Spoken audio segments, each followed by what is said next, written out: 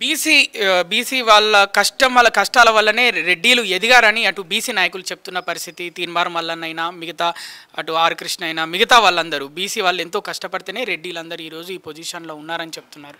ఏ గ్రామంలోనే వెళ్ళండి, గతంలో 50 సంవత్సరాల దగ్గర 50 సంవత్సరాల క్రితం ప్రతి రెడ్డి నాయకుని దగ్గర ప్రతి రెడ్డి కుటుంబం దగ్గర 50 ఎకరాలు 100 ఎకరాలు ఉండేవి. వీళ్ళన్నీ కూడా క్షీణించిపోయినాయి. ఎందుకు? ఆ భూములు అమ్ముకొని పేద వర్గాలను కాపాడుకోవడానికి ప్రయత్నం చేసిరు. ఏ పిల్లవాడు పేద పిల్లవాడు ఇంటి ముందుకు వచ్చినా పెళ్లికి పుస్తకాలు ఇచ్చిండు, చదువుకోవడానికి పుస్తకాలు ఇచ్చిండు, అనేక పేదవాళ్ళని కాపాడుకున్నారు. ఇలా ఎవరైతే చెప్తా ఉన్నారో ఈ మున్నూరు కాపు కానీ ఇంక 2 కులాలు మా బీసీలు 130 కులాలు అంటారు. ఏ బీసీ కులాన్ని ఉదాహరణకు గంగెద్ర కులం ఉంటుంది, ఏనాడైనా గంగెద్ర కులం వీళ్ళు మా బీసీ అని మా దగ్గర చేర తీసుకురా వాళ్ళని అడుగుదాం. ఇలా ఎంబీసీ కులాలు కూడా కోర్టు పోయినాయి. ఎంబీసీ కులాలు ఏమంటున్నాయి, వాళ్ళు బయటకు వచ్చి ఏం చెప్తా ఉన్నారు, ఈ బీసీ కులాలు ఏవైతే పెత్తందారు బీసీ కులాలు ఉన్నాయో వాళ్ళే మమ్మల్ని చేరదీస్తలేరు, కానీ ఏవైతే ఓసీలు చెప్తా ఉన్నారో ఆ ఓసీలలో రెడ్లు చెప్తా ఉన్నారు, రెడ్లు పతి కష్టంలో ఉన్నారు, మా రెడ్లు ఉన్నారు కాబట్టి మేము ఇన్ని రోజులు బతకగలిగినామని చెప్తా ఉన్నారు.